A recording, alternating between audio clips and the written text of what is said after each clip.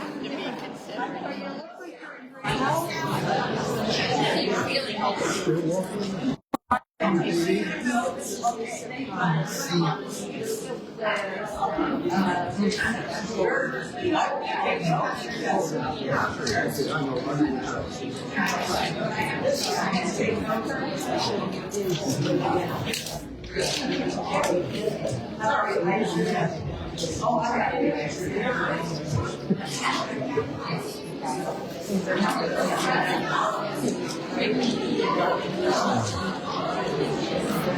You're out there, you're walking,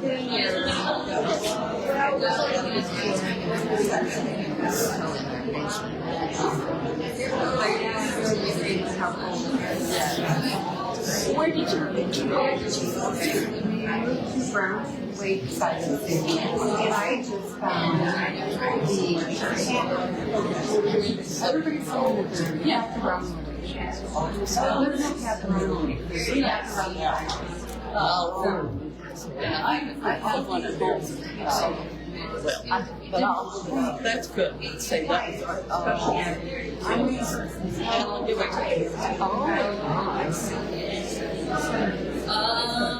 You still have your dog? Yeah. Oh, somebody died while we were still over.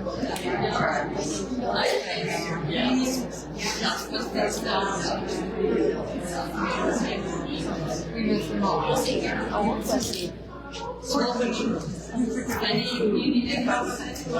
Yeah, I don't know how to do this. Like they're saying there's no sound. I don't know. I've got the sound. I don't know how to zoom up. I don't know how to do. Yeah, I tried that. Okay.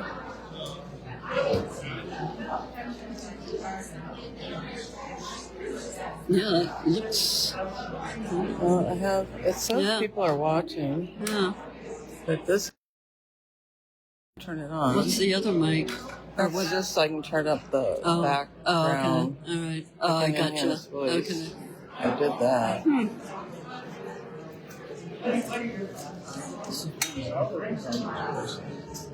You can hear it? Good morning, Heidmans.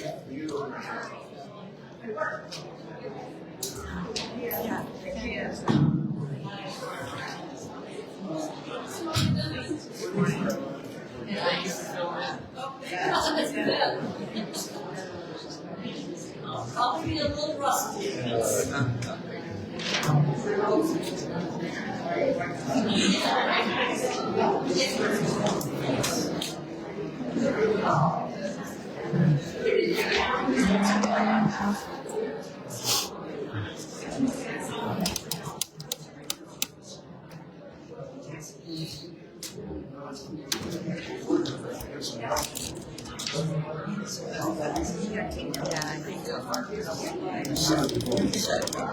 You're going to shut it off. I shut it. So you would have to.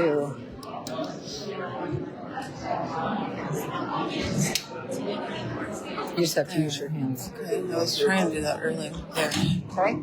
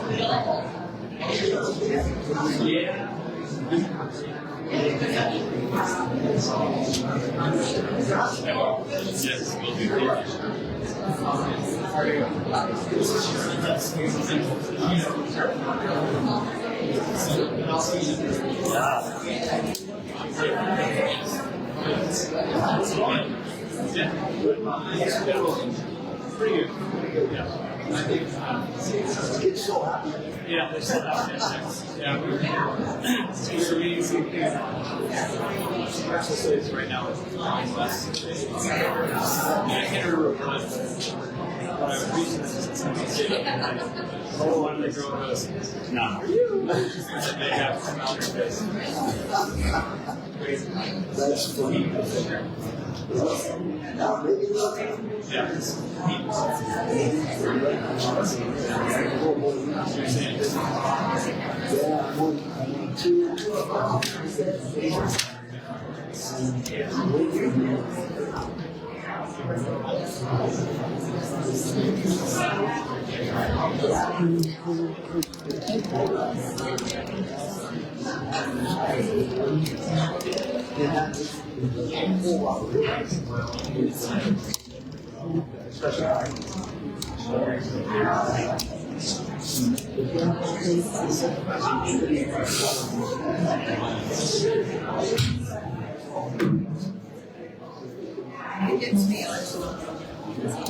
Does? Yeah. And then is the wording all okay?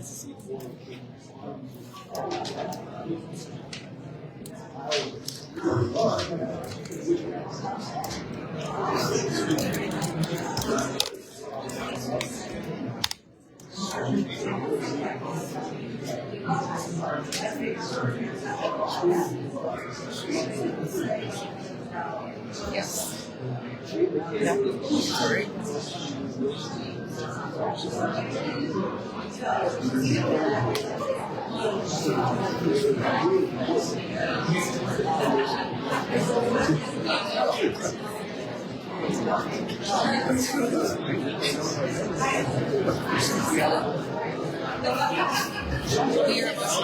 I'm a lot of people. You're an extrovert because I'm not. Yeah.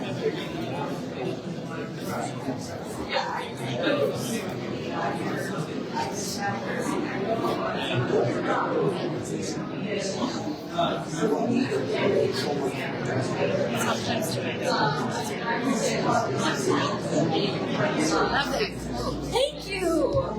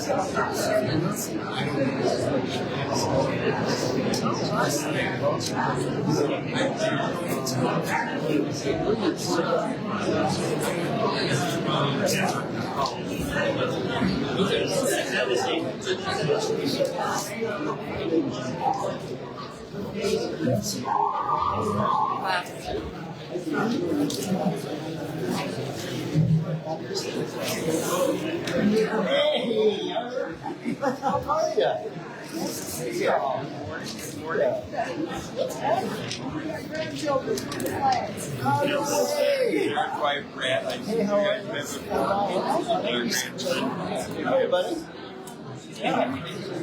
He lives next door to me. Yes, that's right.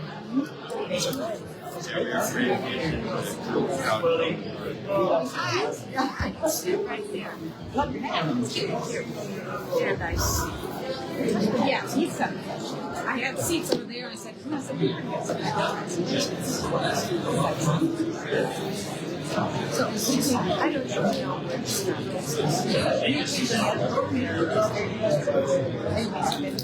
Yeah, but that's it. But yeah, we were there once. This time,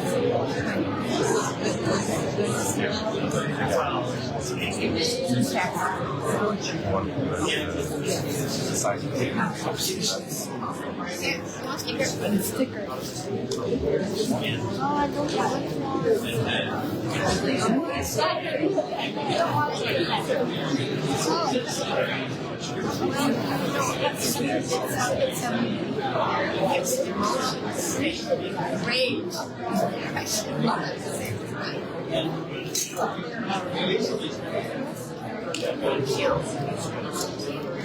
Thank you. You can be yours.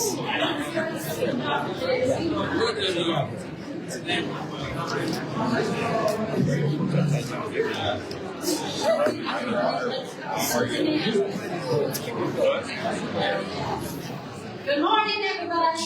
Good morning. Oh, yeah. Let's get preparations underway.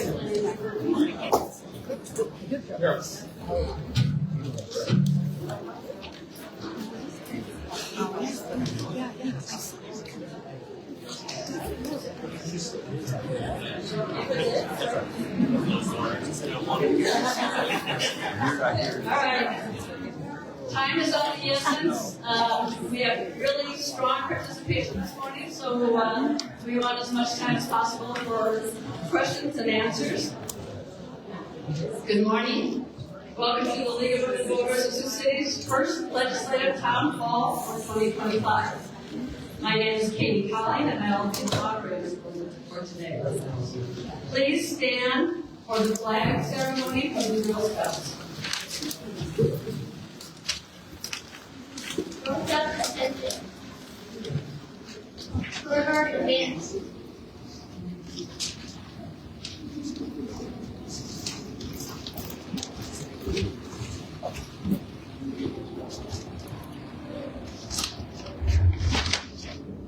Color guard post the colors.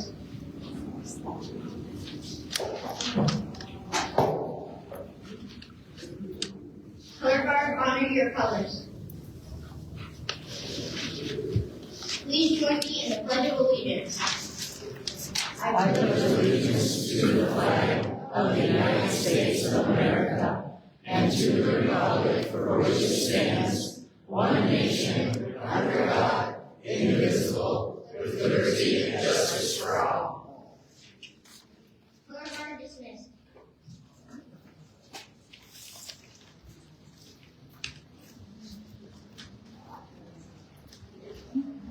Thank you. You may be seated. League of Women Voters of the City is out on the first legislative town hall of the 2025 legislative session. Thank you to the Sioux City Public Museum for providing the space for the town halls.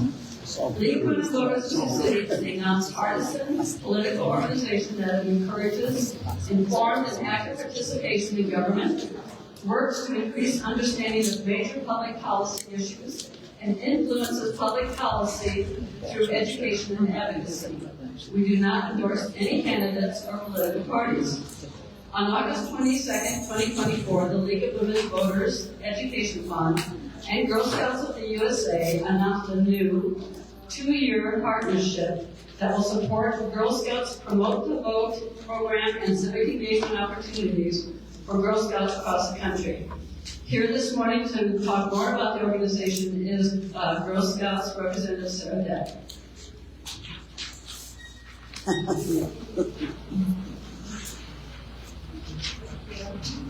Hello. Thank you to the League of Women Voters for having us co-sponsor today's town hall. We are thrilled to be here. Girl Scouts Greater Iowa's mission is to build girls with courage, confidence, and character to make the world a better place. We are excited to have many Girl Scouts here today. Civic engagement is a core part of our program pillars, and being able to give these Girl Scouts the opportunity to be a part of this town hall is so important to Girl Scouts of Greater Iowa. So again, thank you to the legislators and to the League of Women Voters here in Sioux City for having us involved in important conversations like these. If you want to learn more about Girl Scouts and how you or a girl in your life can be involved, please reach out to me and visit our table up front. And to end on an exciting note, cookie season is upon us. The first day we will be selling Girl Scout cookies is 1 week from today, on February 1st. It will be selling until March 23rd. So find us or a Girl Scout and ask us how to find some cookies. Thank you.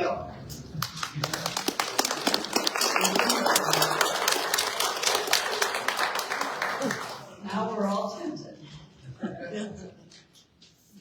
Okay, this morning's format will be opening statement from our legislators, questions from the public, and advanced questions from email. Then we'll get closing statements from our legislators. When we're ready for public questions, I'll have you line up by the microphone here. You might have to adjust a little bit. Questions from the public should be limited to 2 minutes. We will do as many questions as time allows. And I am asking you to stick with that, and I'm going to ask them over, the timers, to help us with that, because the more questions we get in, the broader the conversation we have.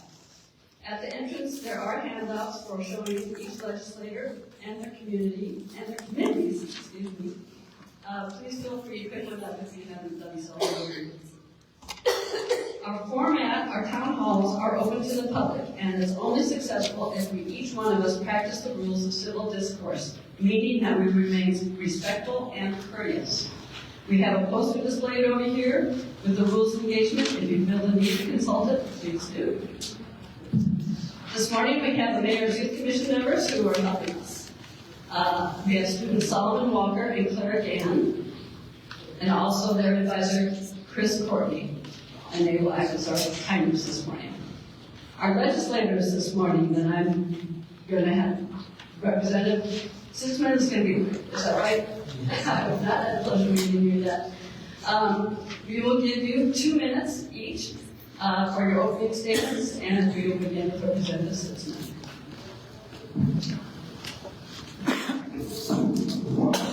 Thank you very much for hosting this forum. Thanks everyone for attending. This is an opportunity. Thanks for showing up. As a freshman legislator, it's just so neat to see how many people care about all the different issues that are facing our great state. So I'm happy to be here.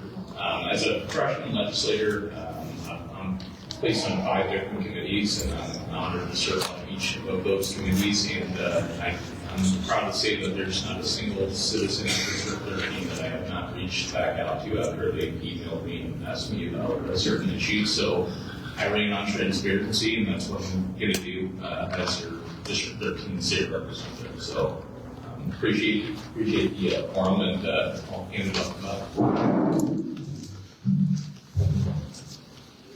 Good morning. My name is Bob Henderson. I am the representative of District 2, which involves a large part of Sioux City, all the way east, almost to Mobile. And so I'm happy to do that. I serve on 4 committees and 1 subcommittee down there. So I serve on public safety, local government, transportation.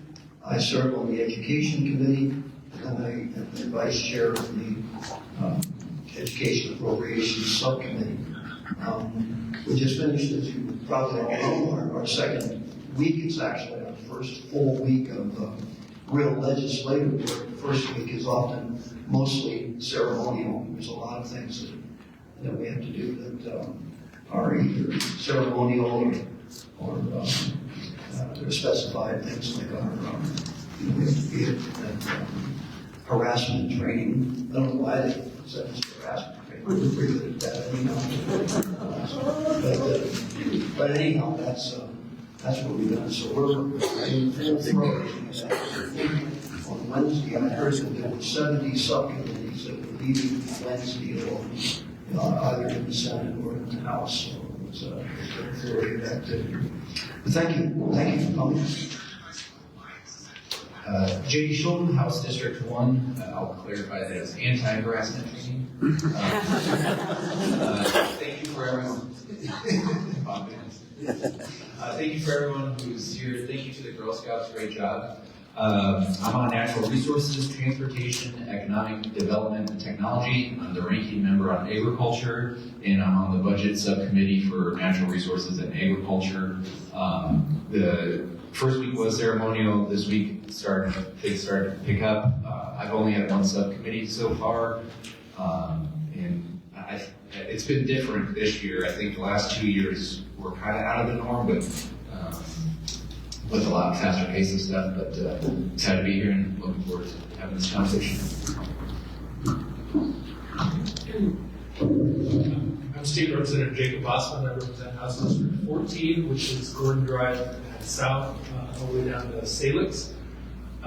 This is my 8th session, I believe. I'm chair of the Infrastructure and Transportation Budgets, sort of appropriations, commerce, state government, and transportation.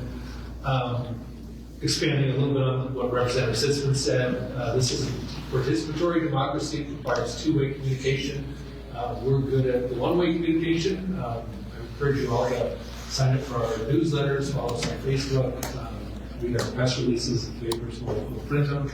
But we really need two-way communication. We need to hear from our constituents to be able to represent you in Des Moines. Just quickly, a lot of the conversations at the beginning of the session have surrounded property taxes. That's a major issue I think we're going to be talking about probably for the next 2 years. It's been an issue for a long time. It's easy to identify this problem. It's hard to identify what the solution should be. So that's why that conversation continues. And also, SSA, the State Supplemental Aid for Education, we have to set that within 30 days of the beginning of the session. So we're having a lot of conversations surrounding that. The state law requires contract negotiations be either the CPI or 3%, whatever's lower. Midwest CPI this year I think was 2.6%. So that's a number that I've been pushing in the House that I think we need to get. The SSA 2, but also, as I said in the last forum, there's a lot of incentives, a lot of funding that the state provides, and I think there are a lot of communities that don't necessarily need that incentive for those projects to happen in the larger cities, compared to areas like Sioux City or Fort Dodge or Butte or smaller communities where housing developments and other things aren't going to happen without assistance from the state. So I think we need to focus a lot of those incentives in places where that development isn't going to happen. Senator Kevin Laws, District 7, so I've got a pretty large district. It does 8 parts of Sioux City, so Morningside, Sergeant Bluff, Hickory District, and then Sister District is the other half, so there are the 2 reps in the Senate District. So it covers a pretty broad area. I serve on 6 committees this year, so it's kept me pretty busy with subcommittees already. So I've got Veterans Affairs, Health and Human Services, Agriculture, Workforce, State Government, and then the last one's Technology. I've been on several of those now. This will be the 3rd year for most of those, and then they made the vice chair for Tech. So all of those, I will certainly keep busy. And I've got a technology background, so I'm hoping I can use that to good effect in that committee. Obviously, we're getting underway doing quite a few subcommittees, and the pace has been quick. I think I've done 3 or 4 already, and have 3 on Monday. So that's just to kind of show what it is picking up and going quickly. Obviously, the SSA is going to be the thing in front of us, the budget, economic education budget, and we've had a little bit of discussion about that in the Senate, and that'll be certainly a fun discussion. I really am happy about I'm happy about where the state is, and I think we really lead in so many ways in the nation from just our values and work ethic and really discipline when it comes to government. And I think that bodes well going into the future. We're going to have opportunity to really hopefully reset some of that relationship, how much the federal government dictates so much of our life. And I'm hoping through that process we can move that back. And one of the things I worked on so much, I've worked on the last couple of years, and what I talked about last year, is trying to create along with other states like Texas, for some of these big economies, creating an optional gold currency, which would essentially be a gold standard for the state, because at the heart of so much of the discussion we're having, it's inflation. And these are pressures that are outside of the state control. We can cut our taxes to zero. We can do whatever we want, but in the end, it doesn't solve those issues because it's deeper and it's outside of our control. It's external. So I think we need to find a way to have leverage in that. So that's something that Thanks. All right, we will begin our questions and answers. So the answers from here on out will be 90 seconds. And 2 minutes up for the questions, pardon me, and our first is coming from the Girl Scouts. Hi, my name is Catherine Beck. I'm in 6th grade, and I'm a junior, and our troop is 127. And our question is, when did you know you wanted to become a legislator? And how many boxes of Girl Scout cookies would you like to buy? I can start Jump that. in. I would say the second question is easy, but maybe not the answer you want. Both of my daughters are Girl Scouts, so unfortunately I'm fine. Yeah.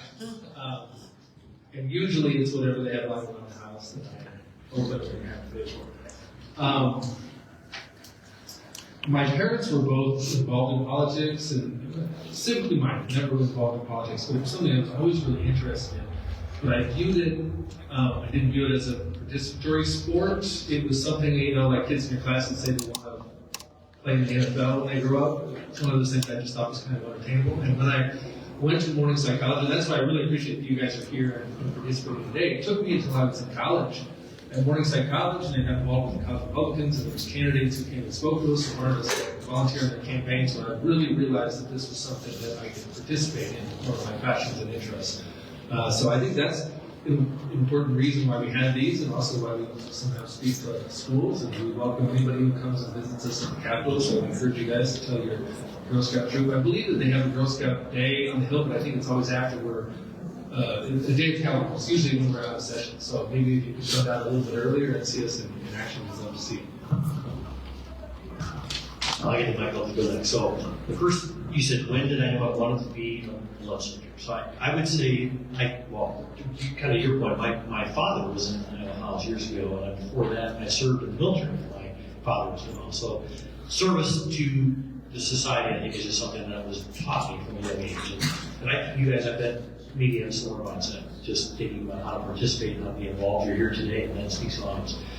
But for me, I guess I saw that happen. I got involved over the years, and then it just kind of led to, for me, what happened with the COVID-19 vaccine and what the federal government tried to impose, force everyone to do. I feel like that was a violation of constitutional rights, and that was last straw. So I decided I'm going to take the step. The opportunity arose the Senate seat was open, so I just chose to run. But I would say I was doing a lot of the same things then, just like I said, just participating in the process, asking questions, and being involved.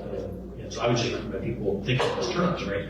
And I think everyone here does that. Hopefully we'll see that as a more broad response from society. Just think about how do we change our culture and influence culture to function and to work and to hire people. I'll answer your second question first. I always ask the person, if the girls that show up, if their cookies are made out of real Girl Scouts, and if they answer no, then why? Anyway, I've had a long and abiding interest in the political process, but I ran for office about 10 years ago and continue to do so because my background, my native state is Pennsylvania. Lived in Iowa for about 37 years, but and when I grew up, some of my relatives served in elected offices. A close uncle of mine was the president of the school board. For example, when I graduated, I got to shake my hand, and I got to shake his hand on the way across the stage. So it was always impressive to me to speak with people who were in the position of doing what our country asked for, and that is to serve in the political scene. Dwight Eisenhower said that everybody who calls this nation their home should be involved in politics. Doesn't mean that you're supposed to run. He didn't say that. But what he said is you need to be interested he'd even be involved. My father and my mother were both involved. They never ran for office, but they were always willing to be part of the proceedings. So thank you. Thanks. Question 2, mark me down for $20. You guys can decide who gets it. I'll take the couple citizens. So yeah, you guys can. I'm trying to go on the diet. It's not pronouncable, but the other, when did I know I wanted to get involved? My grandpa's a former 3-term county supervisor, and growing up campaigning and just seeing his level of engagement and caring about what happens to constituents in our society, that's where I got hooked. So that's where when I decided to go to school for political science, and when did I know? I guess so. I grew up on a farm in District 13, and my parents would send me out to go mow, and we have a 3-acre yard, so I'd be on the mower for about 4 or 5 hours, and just all you got to do is think, right? This was before iPads, and you just I just thought about what I wanted to do with my life, and politics was always the answer. So when I was 12 years old, I printed off a district map. And they redistrict every 10 years, so it doesn't look like what it is now. But the map is a lot different now than what it was when I was 12. But I printed it off and put it in my family childhood Bible, and that's the oath that I took 2 weeks ago on Monday with my parents holding it. So when you want to do something, you'll do it and chase your dreams. That's all I can say about getting into politics. So, and 20, maybe 40 by the end of the day, I'll bring the talking points. Thank you. Yeah, so I didn't have any family members as elected officials or anything. My story is a little bit different. My grandmother, on her deathbed, told me, you got to take care of the farm. And our farm is north of Mason City and living here in Sioux City, and that wasn't too feasible, but I want to get more active when it comes to that. And so I ended up running for Congress twice, and after losing twice, I was like, I'm good. And then down at the Capitol, they started not saying nice things about teachers, and my grandma was a 5th grade teacher, so I was like, you know what, I'm going to do this. So ran twice here, and that's kind of what got me into politics here. Thank you all very much. Public, please line up at the microphone and you have 2 minutes to pose a question. Introduce yourself, please. Can you hear me? My name is Grace Stepp. I live in Lee's, here in Sioux City, Iowa. Born in Sioux City, I went to Bryant, Cooper, and North High. When I graduated, I left. I was never ever coming back. That has since changed. I am back. I have 2 small kids that both go to Lee's, and I'm very concerned. Sorry, I was a bit emotional. I'm very concerned about the public school system and the direction that the public school system is going. Anyone that has children probably knows that our public school system is subpar, and that is because it is not funded, our teachers are not supported. And my question to you all is, what are we going to do about this voucher program? And what are your thoughts on how that is going to affect public schools? Anyone start?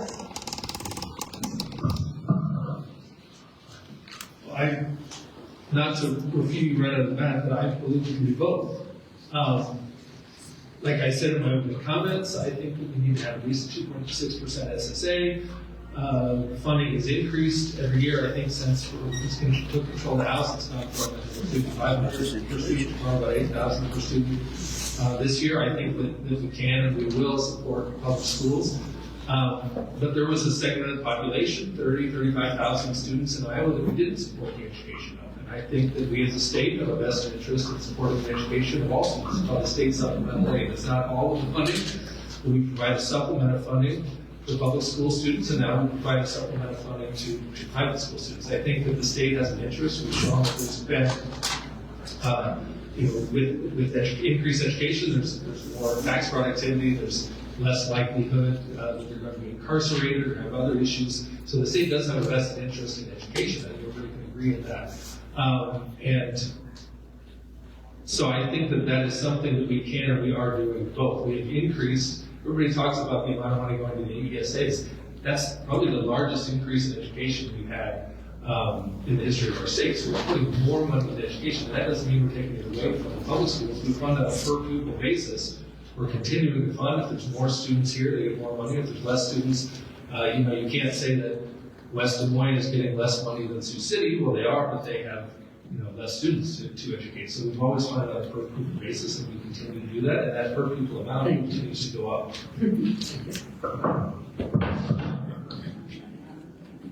Go ahead. Is the expectation that we all give response to every question? It's going to be sort of, if you're moved to answer, you don't have to answer, but if you are so moved, please do. So, I think I should be transparent in the sense that I'm the only Democrat up here, so I'll have a different point of view on this. So, first, I view the voucher bill as the most fiscally irresponsible bill ever to be passed in the state of Iowa. There is no cap. There is no accountability. The money goes to out-of-state corporation. A lot of things that I disagree with, along with the whole system. But when you talk about school choice, and that's the thing that gets brought up a lot, I went to IC kindergarten in first grade. My parents had the choice of putting me there, and then we ended up going to public school after that. So I am very worried about public education, our state border foundation in education, so you know the history, the deep roots of what that means to the state. But we were first in the nation in education when I graduated high school. That was a long time ago now, but at the same time, it's just because it was a bipartisan decision to fund and to make that a priority. And I feel public education is not a priority. So if you look at the overall, it's easy to fixate on SSA or dollar amount or percentage, and obviously people have different opinions about the education savings account, the scholarship system for private schools. But if you look at big picture, again, I want to go back to, I really think that Iowa is doing a remarkably good job compared to a lot of the country. I mean, we're frustrated, we have a lot of issues to deal with, but they pale by comparison to, I think, the things we're seeing in other parts of the country. And if you look at how much teachers and people make compared to the rest of the country, we're actually in a pretty good spot. We've raised teacher pay, we spent a big amount of education, 60% of the budget, so it's not like it's not being dealt with. And there is the other side of it, right? There's this, I think that the public education school system is being supported, and I think that it's not, to Jacob's point, it's not being eroded simply because we want to make sure people have a choice. But I think that really reflects the values that we have in our state, that people can choose where they go. And I think choice in that matter, in a lot of ways, is the really most important thing. It's really the heart of our Constitution. So I appreciate it. I think, again, we're going to have a longer discussion about medical school, but I don't think finances is really necessarily the root cause. I think we see that across our country. A lack of money is not what's necessarily causing the challenge that we see in school and agriculture. Yeah, I would add to that in that there's more to helping public education or education in general than just funding.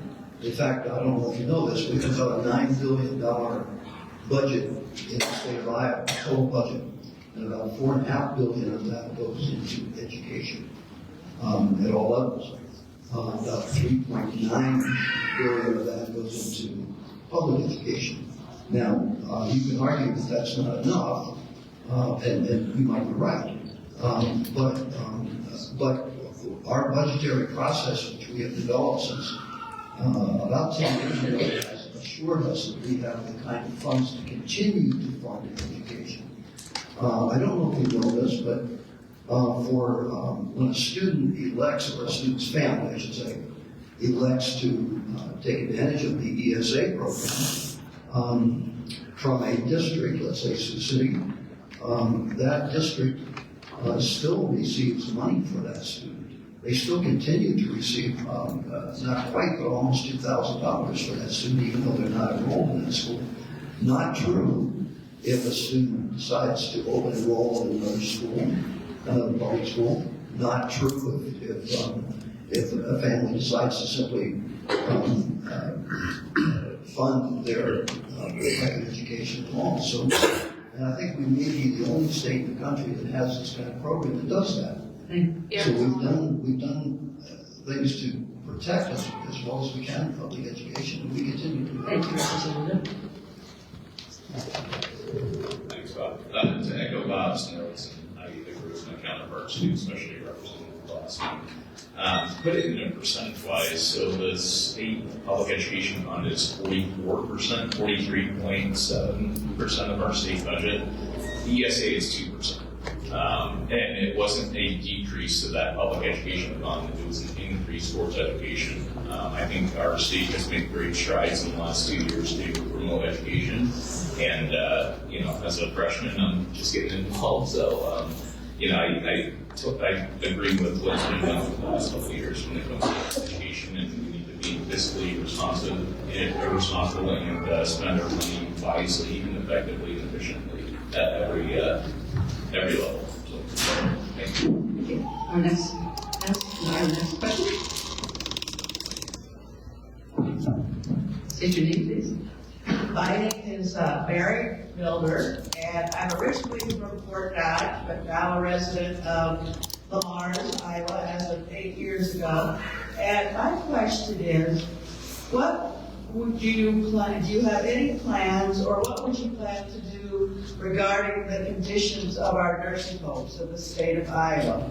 I personally went through some very disappointing experiences in my lifetime with both my parents. They spent some time at the end of their lives in nursing home care because of mobility issues, health issues, and that kind of thing. The similar experience was that they had difficulty getting response when they needed it from staff, the lights would be on. I personally, when I would visit, would often have to go to the nurse's station personally and say, hey, my mom or my dad needs you to take them to the bathroom, or they're having trouble with a rash, or things like that. I mean, very basic things, but it wasn't getting addressed. What my concern is, and interestingly, my concern is that both of these nursing homes have since closed down. I won't name the names of the nursing homes because they no longer provide care. That's a concern enough in my case, but I'm also concerned about staffing, and I also have concerns about regulation and what plans are. I certainly have deep concerns if there's plans to reduce regulations and inspections, because from what I've seen and experienced, it is not the direction to go. But I want to hear from you what your plans might be.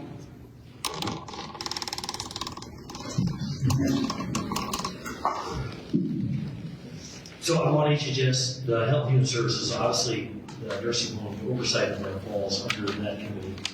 And it has certainly been a topic of discussion. There's different people that have different proposals.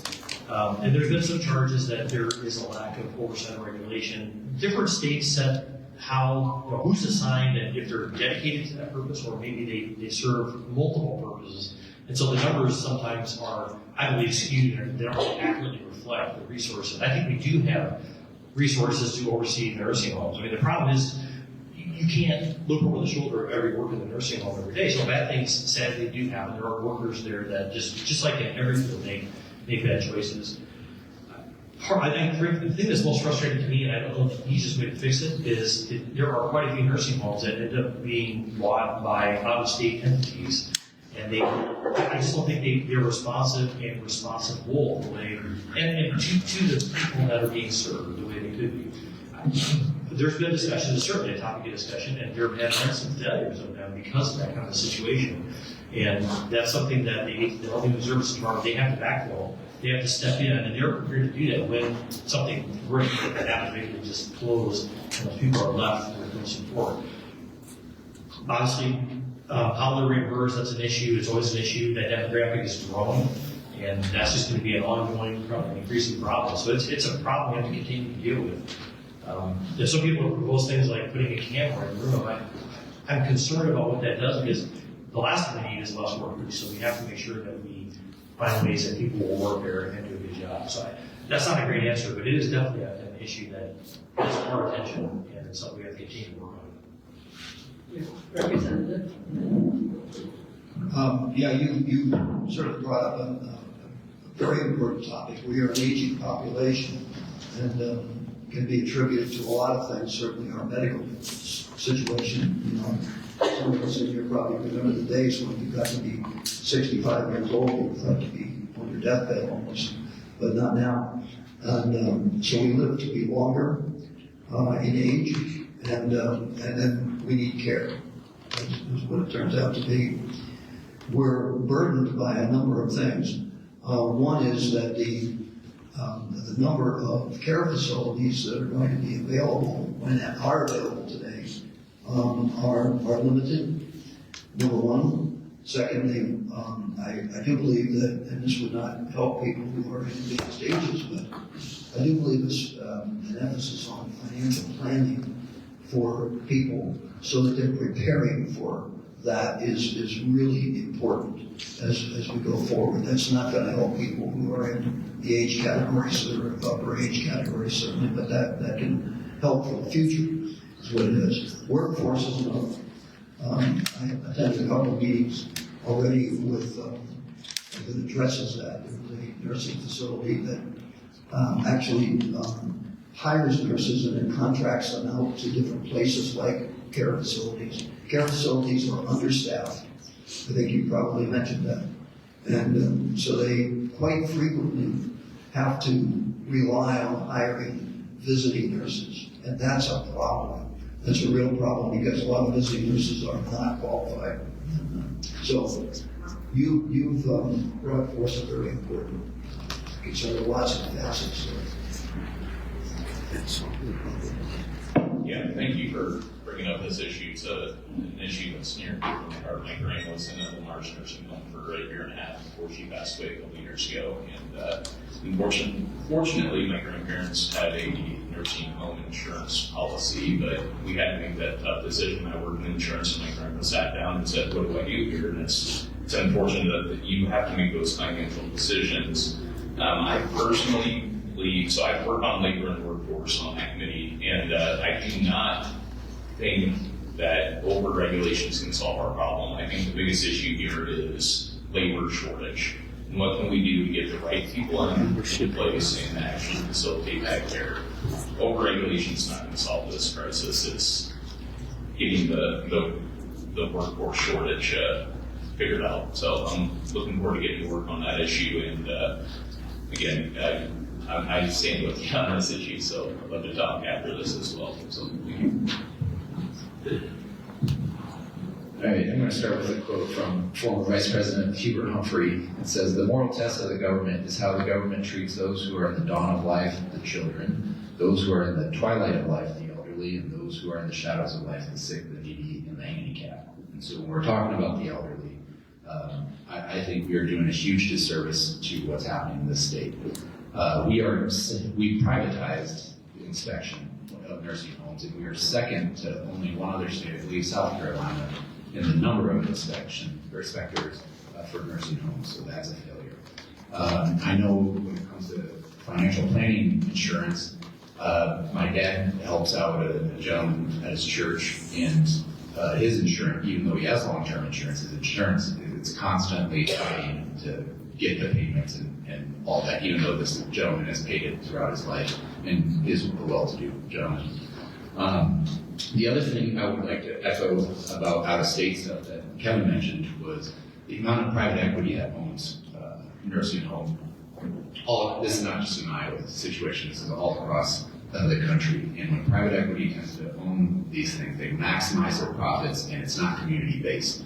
When you go to a lot of these smaller towns, one of the biggest buildings in the entire town is the nursing home. It's a community-centered based or building, and that's the way we should be taking care of our elderly as well. Thank you. It's been discussed a lot already, so I'll just add a couple things. So Dial, Department of Inspection, Skills, and Licensure is tasked with the inspection of this, as well as the joint commissions with CMS, and the accreditation and licensure.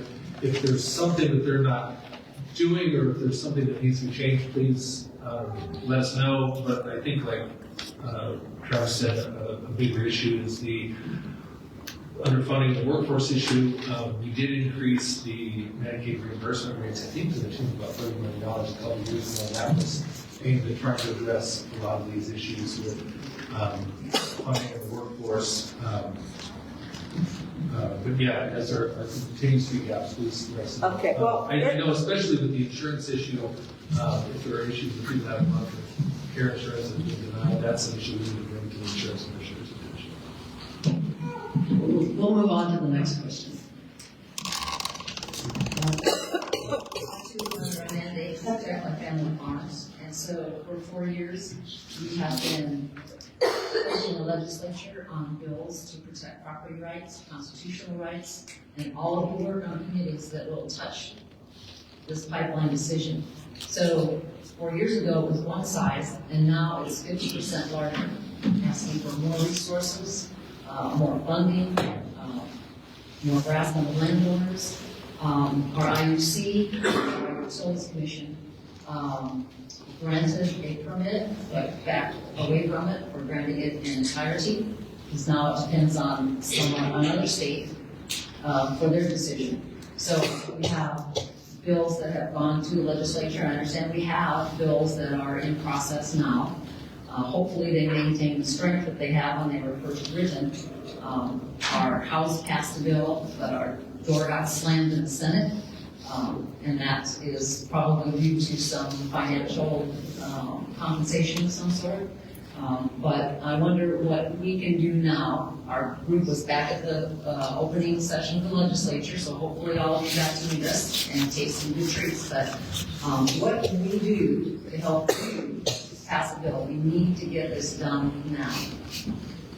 On eminent domain, eminent domain, the property rights, safety, water, all of those things, because our state is under attack. And if we don't stop this, there's 90,000 miles of this pipeline planned for the United States. So we're not the only ones that are going to be affected by it. We are the bottom line, I think. Answer? I'll start by saying if the governor wanted this done, she would have had it done already. So she's been very quiet on this issue, and that's been the disappointment. But the bigger problem, I don't think, is coming from the state level anymore. The bigger problem, and one of the executive orders that was just passed by the current president, it addresses this issue and says if any agency assesses the use of either federal eminent domain authorities or authorities afforded under the Defense Production Acts are necessary to achieve this objective, the agency shall submit recommendations of a course of action to the president. And eminent domain for pipelines. So it basically says that anything under energy projects, if they want to use eminent domain, this is allowing them to do it, this executive order from President Trump. So that's the bigger issue that's happening, I feel, that's happening right now. At the state level, we should pass something to protect farmers' rights, to protect landowners' rights. I'm very disappointed it hasn't yet, but this is a bigger disappointment on my hands. Anyone else? Everybody in? Senator? Well, I mean, obviously, there have been more bills that have passed through the House than that through the Senate, which is really just been zero to this point. And unfortunately, I can't give you if you do this, it will pass. But I think that the number of people that will be supporting of moving the bill like that in the Senate is increased. And I would say just continue to raise the issue. And the issue clearly is gaining momentum or certain visibility.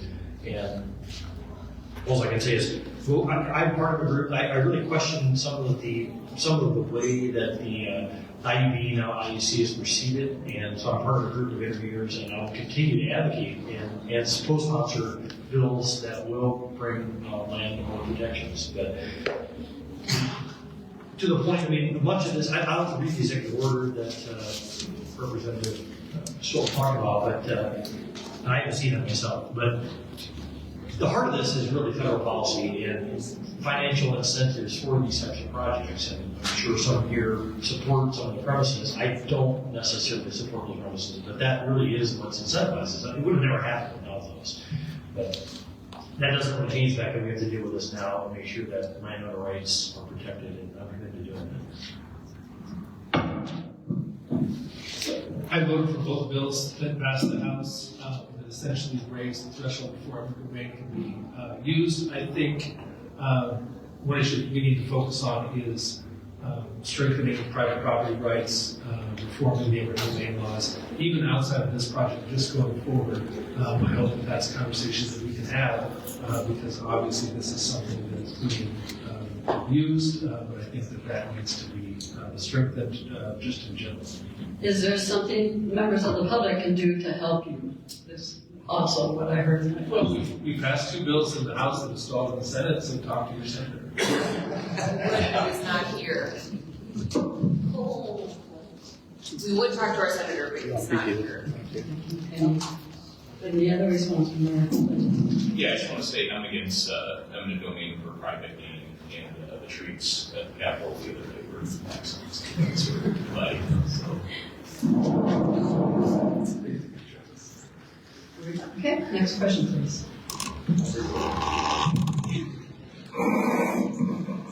Yeah, I'm Fritz Meyer. We live here in Sioux City, and the bill that I'm going to be asking a question about has partially to do with economics. And I want to just state my opinion about the economic system that's going on in this country and what it's based on. And what the economic system is based on is what I say is, my opinion is it's a lie that there's no limit to growth. So I want everyone here actually address that question in our hearts and minds. Are there limits to growth? I believe there are limits to growth. And that the bill that I want to address for you, the legislators, is SF-17.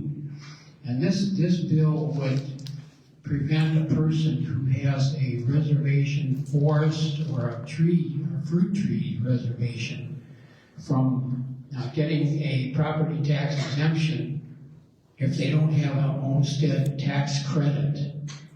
And actually, having a homestead tax credit should have absolutely no bearing on whether a forest or a fruit tree reservation is given a property tax exemption. What does do, like if there's a beginning farmer, a young person wants to get into farming, but that person lives with their parents and on the farm, but that person owns some land with a forest on it or fruit trees, but that person does not have the property tax or the property tax. No, it'd be the homestead tax credit. They would not be able to get the property tax exemption. And there are persons that might live on live in an apartment somewhere and own a forest reservation, and they would not have the property tax. Fritz, I'm sorry, is the question is, will you support? Well, yeah. My question is yes or no. With the information you have now, would you vote, if this vote is coming to a vote right now, today, would you vote yes or no for that? Can you ask us of each? Or yes. I'll start since I'm in the Senate file. But this topic has come up for a number of years, right? About fruit tree or fruit or tree, I think it's mostly fruit tree plots or whatever. This is a new spin on it, obviously to tie to the homestead tax credit. I'm taking your word for it because I have not actually read Senate File 17, so I'm just going to caveat my comments on that. But really the intent is that, I think the claim is, so we're dealing with property taxes. That when we started off, and that's been an issue, it's an issue that's ongoing, is how do we pay for things? and people are upset that property taxes are high and rising. But if people can just take a stand of trees and say, well, that gives me credit to just not pay taxes on it. I think the intent, again, I'm only just guessing on what you said, is that they're saying, look, if you live there and you're actually managing that fruit tree orchard, then you should qualify because that's obviously an active, well-maintained, that would be the implication. To me, I would say yes, I would consider supporting this just because I think that's not a reasonable request to expect that. I just find it hard to believe that someone has the resources to own an orchard. They don't own property, they don't live there. I mean, I really wonder how well it would even be maintained. I mean, again, that's a stereotypical statement that is indicative of an individual. But that would be my reason to say that it doesn't seem unreasonable. I just want to add quick, I'm not super familiar with this issue, but I think it's trying to get at the issue that was brought up by Representative Schultz and Senator Lotz earlier of out-of-state private equity buying up land, and basically removing some of our resources from the state. I think that this is trying to get at that issue of we shouldn't be able to come in from out-of-state, buy up land, use up our tax credits. I think they want to make sure that this is more geared toward the people who actually are residents and live here. And I think that's why they use the homestead tax credit. Like you said, they don't really have anything to do with each other, except I think they're trying to get at the issue of residency, because I assume that there's probably some assumption that this is going to be used by out-of-state investors. That's the issue.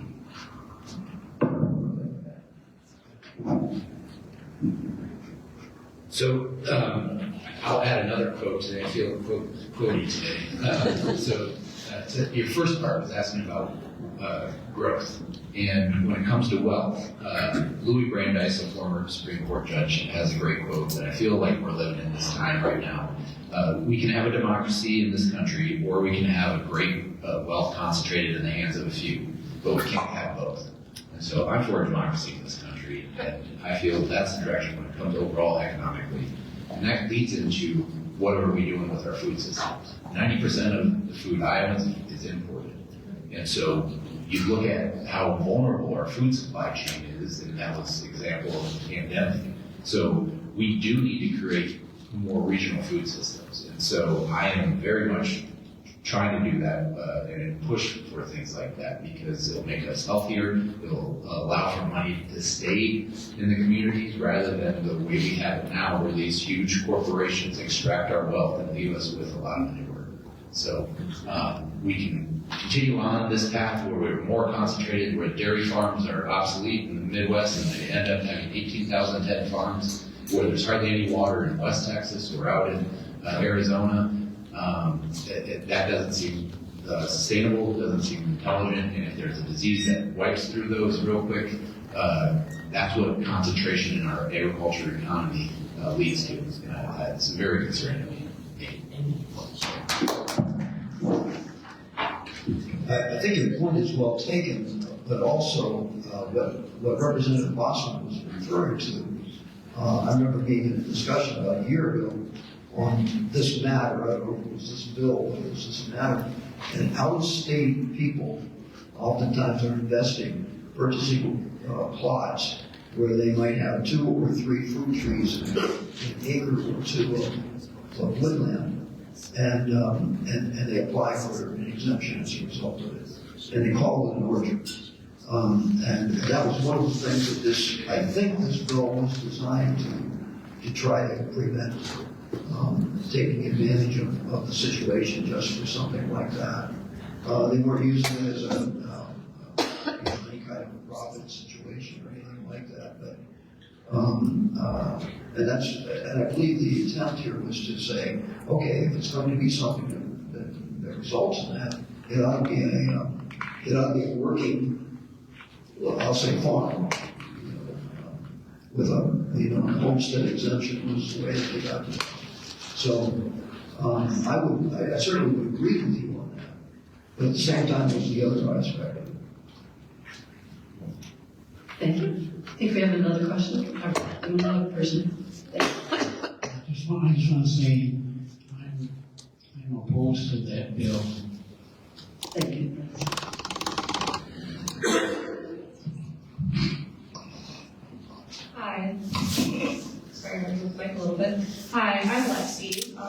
Woodbury County, Sioux City specifically, a handful of years while I was achieving my bachelor's degree. And I thought, wow, Sioux City's so nice, there's community.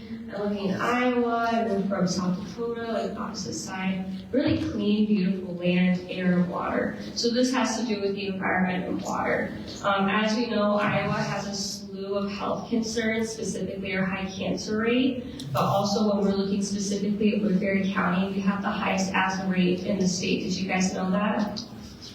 I know a couple of you do because I invited you to an event this past week to learn more about this concern, and only one representative responded to me, and that was GB, so thank you. But I just want to point out, we have a high number of uninsured folks as well, and we're home to 2 Mid-American-owned coal plants in a sprawling industrial zone. Cargill, they just, got caught polluting more hazardous materials than they should have been. So I guess I'm just trying to understand what you guys will do in order to help ensure that not only our health, but our environment is protected, and how are we going to reverse these issues? So, thank you. Your question is asking them for a legislative solution to our environmental hazards.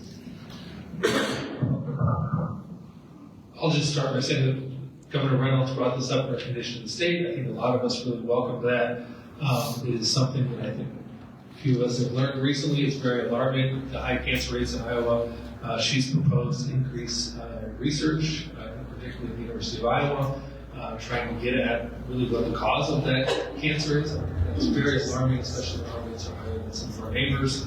I think that they're tasked to study not only environmental concerns, but obesity rates, alcohol consumption. Iowa has some of the highest alcohol consumption in the country. So I think it's important that we get to the root cause before we start enacting legislation. But I'm very optimistic with the governor's leadership in regards to that research, and we will have some answers.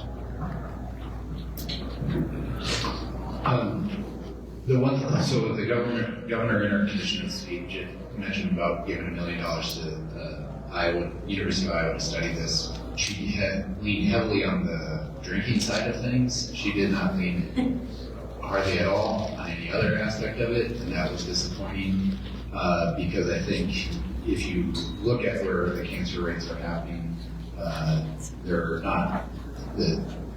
lot of drinking in Iowa. But there's more drinking in Wisconsin, and they're not all of a sudden having these huge high rates. So, and that's not a challenge. It's one of those things where, so I'm very much, on my sleeve, I'm very much anti-monopolist. I think corporations have too much power in this country, and in this state particularly. But I want to grow economically. But at what cost? What cost to the community? What cost to our kids? What cost to all this? And so, full disclosure, I've asked the DNR, and they sent it to me. I haven't gone through it yet because I got it yesterday. What happened with Cargill? I'm meeting with Cargill in the next month. I'll be going there. For folks who don't know, they are fined $10,000 for putting toxic above the level, the threshold level, into our air at one of the plants, and they said it'll continue to happen for I think the next year. And so I'm trying to get to this, but before I make a conclusion of all this, I want to make sure I have all the facts and everything. But this is an example of, how profitable is Cargill? It's the largest privately owned business in this country. They got fined $10,000. Right? Like, is that adequate? That's what I'm trying to find out. So I'll keep you all posted. So next forum, I should have a better answer. Anyone else? Well, so I appreciate you bringing that up. But to be honest, I guess I've been so busy with other things I missed the story I brought. So I'm not going back and look at that. I'm really interested in following that as well because there's been efforts to cross our culture. I mean, for a number of topics where people are they have given basically a liability shield, so they can do things and they don't face liability for that. It's in medicine, but it's also been proposed. We've had tort reform, we've had other issues, and I've had some concerns about. And there's been a push to do the same thing with pesticide manufacturers, and I've been opposed to that as well. I just think that that's a really slippery slope to go down. And I think that we need to be careful about doing that. And it doesn't totally answer your question, but we do need to, I mean, I think as a culture, we need to really think harder about it. Is it always make sense to put profit over safety or over just other rationales for what we do and what we're allowed to have? Sorry not to be that person, but just so all of you know, PM 2.5, particulate matter 2.5, and ozone pollution from coal plants and industrial parks do cause cancer. So think about that. Also COPD and asthma. Thank you. Good morning, gentlemen. Thanks for being here. My name is Martin Padova. I'm a retired Sioux City police officer, but more importantly, I'm the chair of the Municipal Fire and Police Retirement System of Iowa. The four of you have heard enough from me. I know you all listen to it, so I'm going to go to a different angle this time. I'm still talking about the over $200 million the legislature has shorted our pension system. Now, when you're working at property tax relief, and I keep hearing a lot about it, we're all for property tax relief, or we're looking at a new mandate back to the local governments. Because you limited how local governments can tax, how much they can raise it. But of that 200, and the numbers I'm using are from last year, I'll have new numbers in 2 weeks, so the next one I'll have them updated. But as of last year, the shortage to the system was $203 million. That's for all of our police and firefighters in Iowa, in the 49 biggest cities. But in reality, what it was, the cost of the system, I believe it was $38.5 million. The other $165 million, the cities had to pick up. So what you did was you said, well, this promise we made in 1984 to pay 3.79% payroll that we're not going to do anymore. The cities have to pay. So what you did was you passed that $165 million. You passed it on to those 49 cities, but then you found we're going to limit how you can tax to pay bills like this one that we're sending back to you. So it's kind of a convoluted issue. Now, we weren't happy to discuss it. The two cities in this area that are affected, Sioux City and Lamar, because they're both cities in the 411 system. Because it's only cities over 8,000 in population. But again, we've shorted $200-some million. Most are going to the cities. And I'll be here every forum to let you know, since I know nothing will get done. I would love to have a bill to tell you where it stands, except there's never been one. And what we're asking now, we know you're never going to pay back what you didn't give us, or what you told us you wouldn't have done. All we asked was to reinstate the 3.79%, which was the promise made.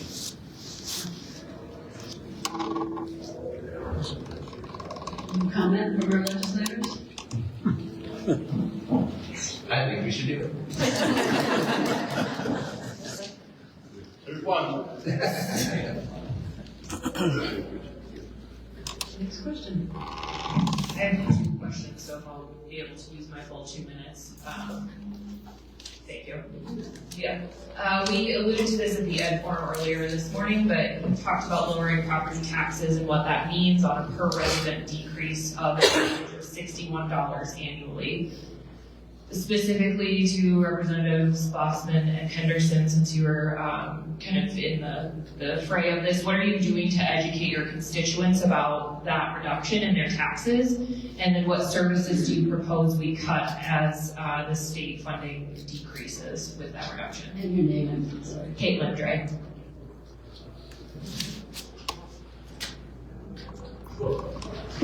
I'll start by saying what I said at the previous forum. I think that the focus needs to not necessarily be on cutting taxes, cutting services, but certainty for the taxpayer. We have certainty for the taxing entities. They want to know that as they have increased costs, that they have, cost of living adjustments and increase to adjust for inflation in their budgets. But we don't have certainty for the taxpayer. The taxpayer that maybe is paying $2,000 in property taxes, they don't know what the bill is going to be for next year. So that's what we're trying. We're still in a lot of discussion phases, but trying to focus on how do you get certainty for the taxpayer, particularly those people who are on fixed income. I will agree with you in the sense that there is a disconnect for a lot of constituents. I have constituents all the time that will contact me and say, you need to do something about income tax and property tax. At the same time, we need more funding for education, more funding for this. So I do think that requires more education from all of us about exactly where those funds go to. But that being said, I don't think that there's talk of necessarily decreasing the amount that can be collected by the local entities as much as just slowing that growth. Slowing it to 2%, slowing it to 2.5%, slowing it to 1.5%, whatever that discussion is. So not cutting services, but maybe just slowing the amount that we're saying. Yeah, I think you make a good point. The fact that anytime there's a change in property taxes, whether it be an increase or a decrease, the effects of that are not always well publicized.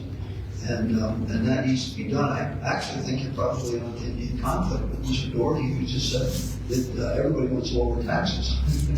And you're suggesting, I believe, that if we lower the taxes, then we have to know what it is that people are benefiting or not benefiting from.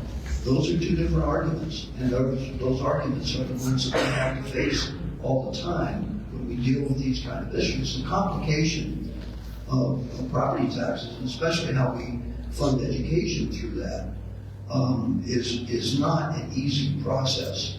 And so a quick single answer to that is not really possible at this particular point. I would just ask you to keep that in mind as budget discussions continue. My second question is that it seems as workforce is a significant concern across education, healthcare, and other private industries.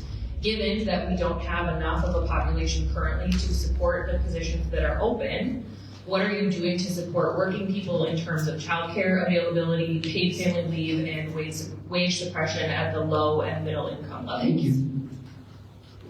A good question. I know that part of the education discussion has to do with all-day kindergarten, for example. I think you mean all-day preschool. Or all-day preschool, I'm sorry. Yes, and that at least addresses part of the issue that you're talking about. So. May I just say though, that goes to 3:30, and what are parents supposed to do from the hours of 3:30 to 5 p.m.? That's kind of the second question, is that wraparound care? Good question. And then also poses the question for the second trip, what would happen to go from 3:30 to midnight? I mean, that's a good question. Yes, yeah. And what are you doing to address that? That's in discussion, but I can't tell you what we're going to do.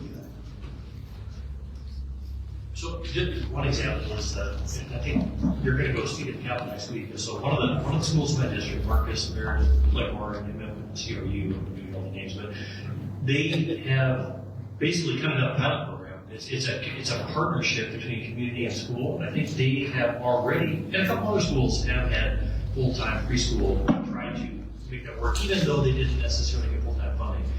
And so I think that partnership is a model that they're going to present, and I think has really gotten some attention. So I think there are creative ways we can use to facilitate and help that situation for parents. So I think there's movement, there's certainly discussion, and at least it seems like something we should look at.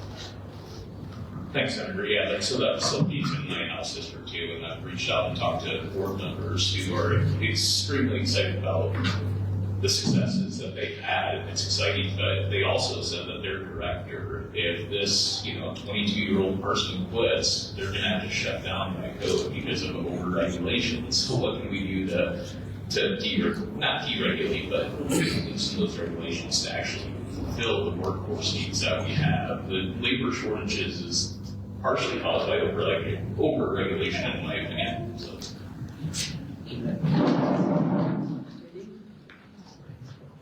Yeah, I think when we mention deregulation, that's a scary subject when it comes to childcare, because they lowered the age to 16-year-olds can work at childcare and cover up to, I can't remember how many kids, but it is. I don't have a child, but it would be a situation where I would feel uncomfortable with a 16-year-old watching my kid and so many other kids in that capacity. So I don't think lowering the limits is the direction. Higher pay is a better direction, so we have more people who less turnover, because that's a huge problem. I've traveled throughout Northwest Iowa, and that's been a huge issue in childcare. is people can't, they might be able to hire somebody, but then they're gone in 4 months because they can get a better paid job in that case. Yeah, I appreciate you bringing up workforce. It's not only an important issue, but I think it's the lens through which we can view all of the other issues in the state. Really two areas in which we can address workforce. It's bringing more people into the state, or removing barriers for people that are currently in the state but not in the workforce. As far as making Iowa a destination, we've been focused on lowering the income tax rate and makes Iowa a more attractive place for people to move to. Also, quality of life issues. The budget that I chair is responsible for a lot of the Destination Iowa, the CAP grants that try to increase trails and outdoor spaces and things like that that people want to need when they're moving their family to Iowa. So we're trying to make Iowa a more attractive place to live, but also the barriers to employment. I think a lot of what we're talking about here. There are currently people in Iowa who aren't able to access the workforce because of childcare, because they can't, because of housing, they can't move to an area where a better job is. Transportation can be an issue, licensure, mental health. So those are the areas in the last few years the state has really tried to focus on. And I think we've done a lot in childcare. I kind of snarkily said when I started, it was the #1 issue of concern that I heard from constituents. Now it's probably #2. So yeah, still a problem, but I do think we've done some things. But I think mental health is becoming that issue now. I'm hearing more and more from employers where the employees can't work part-time and have to take days off because they don't have access to mental health care. So I think those are all issues that we need to continue to work just try to remove the issue. On your thought, thank you. Next question, please. Yes, Kodiak from the west side. My question is there any appetite in the legislature to address the earning gap for disabled persons who need Medicaid assistance for the services vital to their daily living? As it stands now, these people who could be very productive, who are productive members of society, are limited from taking promotions or even marrying because if they exceed that salary cap, then they lose their Medicaid services altogether. It would be a better way to have some sort of a system so that they could earn more and then maybe decrease their Medicaid benefits proportionately. So, is there any appetite for that in the research? And that's a good question. In fact, Representative Turek out of Council Bluffs actually is disabled. He's in a wheelchair. And I've been discussing that. He has a bill, which I've signed on to, which will do something like what you were talking about. And that is if the limit, whatever the limit is. Right now, when someone hits that limit, if they go over that limit, they lose all of their Medicaid. And if the Medicaid is principally to be able to care for them, that's a real problem. Unfortunately, when Medicaid and many of those kinds of things were put into effect, it probably made more sense to base it on income. It doesn't make sense today as much. And so we can do something about that. And his bill does that. So there would be a graduated lowering of the amount of Medicaid, but it wouldn't stop. It would just simply be a graduated type of thing to the point where they may have an income that enables them to provide for all of their care. And then Medicaid will cease in that case. Do you think there's strong support for that bill? Well, there was last term, it just didn't get into the Senate. So I'm glad you mentioned Representative Turek in his efforts. I think he's doing a great job. So we also should recognize Alex Waters' efforts. He's pushing for a lot of this stuff. So on Wednesday, this is mostly for us, there is an event at 2:30 at the Capitol Rotunda on this issue. There's also a reception at 4:30 at the Iowa Historical Society. So I hope to see you guys there. I'll be there to support this. Thank you. I agree this is an important issue, and it's one of those that requires a lot of education to understand exactly what's going on. I think, to your question, one of the barriers to this is the large fiscal note. I can't remember if it's 3 million or 46 million. But I think that people don't understand this issue, that that's not the actual cost. What we ran into, I worked closely on the same issue called the cliff effect for childcare assistance, where you didn't have people that as they made more, they used less of the program, they just stopped earning more, so continue to access the program. I think that's what you're running into with these Medicaid recipients is they're not earning $2,000, $4,000, $5,000 more and coming off the program, they're just earning less than staying on the program. So if we essentially did what we did with the child care cliff effect and kind of stair-stepped them off the program, where they make $5,000 more, maybe they get $5,000 less in benefits, it actually would save the state money. But the fiscal note, the Legislative Service Bureau doesn't calculate it that way. So I think that's really what scared a lot of people off, is what perceived as the large cost of this. I think we just need to educate people in the fact that it wouldn't really cost them more. It probably would end up benefiting the state as these people are more paying taxes. But it's just an education issue. I know we have time for one more question before we allow for closing statements. Thank all of you all for spending your mornings with us and answering everyone's questions.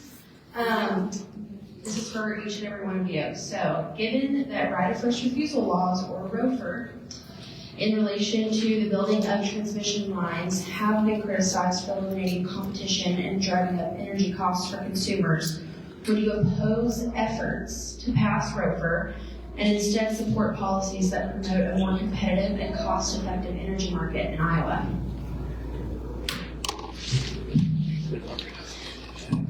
Just had a 20-minute conversation with your boss on this the other day. You all will. Yeah. That's a really, really complicated question because it has to do with free market, and I'm a free market guy. However, having said that, in the state of Iowa, the two major companies that produce do not have their own construction equipment. So when they construct new transmission lines, they actually set up and allow for bids to be brought to them from out-of-state companies. The difference is that once those transmission lines are in place, then those companies are in charge of it. Okay, and that would mean that we would pass ROFR to allow that. If we don't pass ROFR, we allow for complete open, the same companies would be bidding for the construction of those lines, and then they would own those lines. So you might have a company from Louisiana owning a transmission line in Iowa. But the ratio hits, it's going to take some time for them to come and fix them. So that's the problem that we have. That's part of the problem. That's a major discussion on that. So in either instance, free market is somewhat served, and it's somewhat not served. And I know what the position of your organization is on that, and I appreciate that. But at the same time, what's best for the state of Iowa has to be considered. Anyone else? Indiana's project is similar. To me, and I got all these examples, we talk about nursing homes, and my concern about out of the state people owning them is not necessarily being responsive. So that kind of backs up. Just that's the opposite side of the free market. Potentially, maybe they're cheaper to put in, but again, there's a longer term consideration. I'm not on the committee that will deal with this one, so I won't be at the initial discussion. And I know it's been something that's been ongoing. There's rulings and other things that impact it as well. But I guess I'm not ready to say that I absolutely oppose it, just because I think there's enough other considerations that it's just not so clear to me. I've worked closely over the years on low bid requirements in regards to construction. Well, in theory, low bid, free market, I think would be the lowest cost. It's not always that way. You see with cost overruns, the people that just aren't familiar with those projects. That's my concern with this, that the people that own the projects, that build them, that utilize them, I believe, are more familiar and would be more efficient to prepare it. And I think that they should have the opportunity to do that if they choose. I'm just not convinced that we'll actually win our costs outside entities or projects working on them. And I know it's just, it almost is an issue of ownership. If you own a house, you want to be able to work on it, even if your neighbor is a professional, might be able to do it more efficiently. I think that we should be able to choose to work on those. To give folks a little bit of a background down at the Capitol, this this came up last year, and what we found was that a lot of the same entities that are for it here are against it in another state, and are against it in another state are for it, or the vice versa, whatever. And so it's not like it's a clear cut when it comes to a lot of the special interests that are part of this. One, there's no guarantee that these jobs are union jobs, and that bothers me. The other issue is if we pass this, it would legalize a monopoly. And again, with wearing my heart on my sleeve on this issue, and I don't think we should be legalizing more monopolies than we have. I will just add to Kate's point, it's a very interesting issue because it's really split parties. You have the unions and the Democrats that support it. You have people like JD, the Democratic Party, that are opposed to it. Pro-business probably tend to support it. And the very fiscally conservative office are opposed to it. So it's not a party that runs a very interesting issue.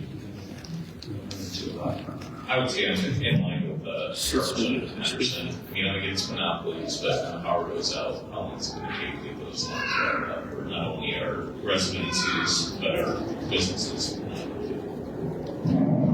Thank you, everybody, for your wonderful questions. We'll start with closing statements. You have up to 2 minutes each, and Senator Alonso will begin with you. All right, well, I'm glad that we've had this opportunity to have this discussion. I think really good questions, and I think everyone has been very respectful, and that's very much appreciated. So, obviously, we got quite a ways to go in the session. There's quite a few important topics in front of us, and really all the committees that I serve on, I think they're going to have some issues to deal with. And I'll take what we've heard today, and we'll just continue to listen. And I would suggest that you continue to engage as you have been. And it's important to finish the rest of the session and promise to be paying attention to the details and really thinking hard about what's best for the state and what goes good policy. Thank you all for being here and participating. I will say already this year in the legislature, I've had maybe just as many, maybe more visitors from the county come down to the Capitol already in a week or two. So I've been very encouraged by that. Some of it I've been because the weather has been nice, at least snow-free thus far. But yeah, thank you for coming and participating. If you have an opportunity, please come see us in the morning. Like I said, my opening, state supplemental aid, education aid is probably going to be a big topic for the next week or more. There will be continued discussion about property taxes. I'm not necessarily optimistic that we'll have something this year. It is a 2-year general assembly, so maybe it's something that carries into next year. But there are other deadlines. There's going to be discussion about a gambling moratorium that I think has support from both parties because there's a deadline coming up, I think it's early February. So there will be a lot of those discussions that continue to happen. We see you guys in a weeks and thank you all very much for participating. Yeah, thank you all for being here too. One of the things I wanted to mention was the workforce development. I think a lot about what we can do to keep folks here and to bring folks here. And I think of my 5th grade best friend, and his family moved here because of our public schools. And back then we were first in the nation in education, and we're no longer that way. And so I feel that one of the workforce development things is we can fully fund public schools. The other part that it's not as much at the state level, but it's, I think, a huge impact to this community. I want to talk about integration.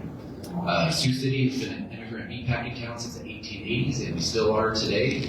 I know especially we were told that 24% of students in Sioux City are ELL students, and so that means we have a lot of people who are not from here.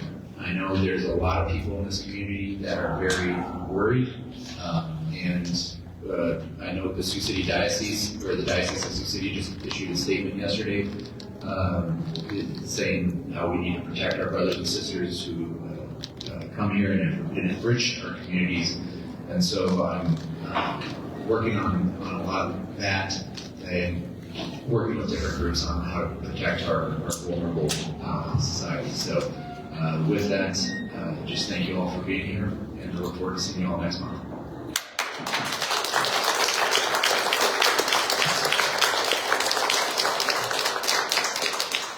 I want to add to the thanks as well. Thank you for being here. Thanks for introducing things that we need to be thinking about and to do.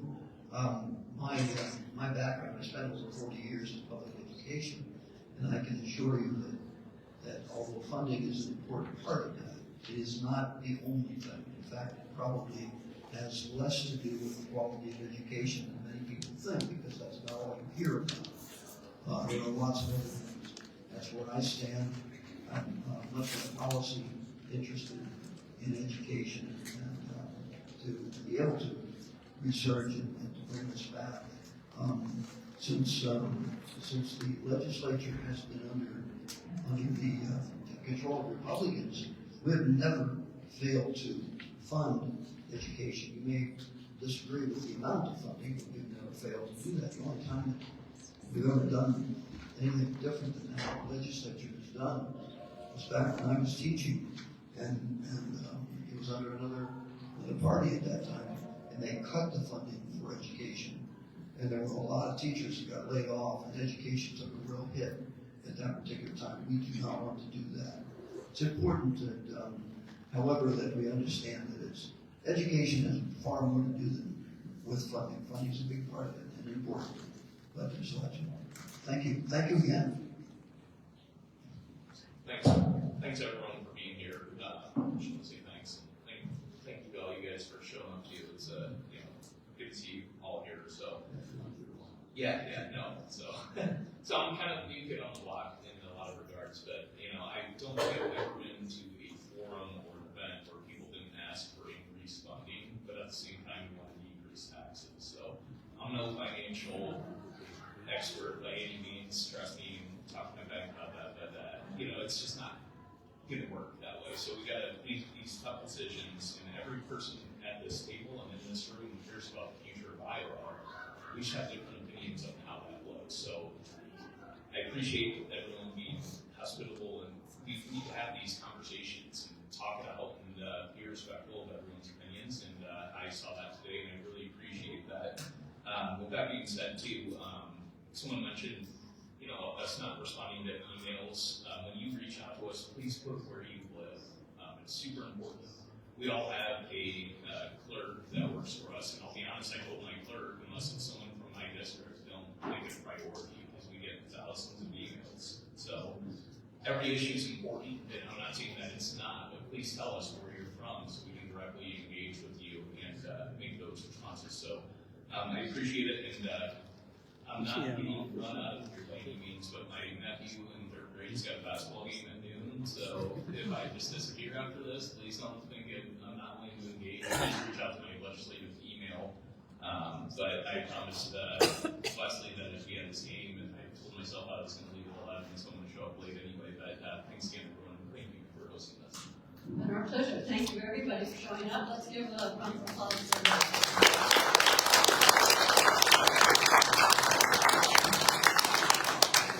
This was our first but not our last. Our next town hall will be Saturday, February 22nd, and then Saturday, March 22nd. So that's